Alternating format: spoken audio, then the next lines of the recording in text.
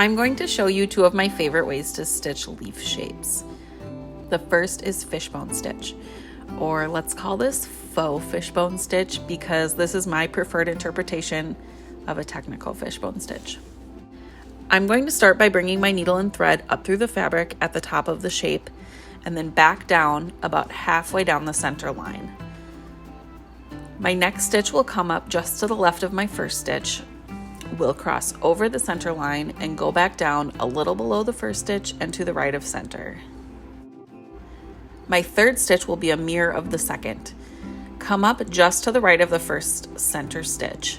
Cross over the center line and back down to the left of center across from where your second stitch ended.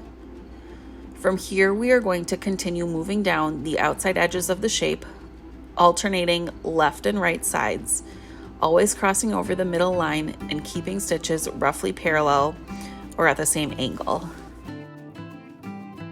As you get closer to the bottom, there will be less space to cross over the center line and your stitches will likely be shorter. Sometimes you will need to fill in the bottom of the shape with a few straight stitches on either side that meet at the bottom of the shape. The other way that I like to stitch leaf shapes is with leaf stitch. This starts out the same way as fishbone stitch with a straight stitch down the middle. Your next stitch will come up just to the left of the first stitch and will go down just below it on the center line.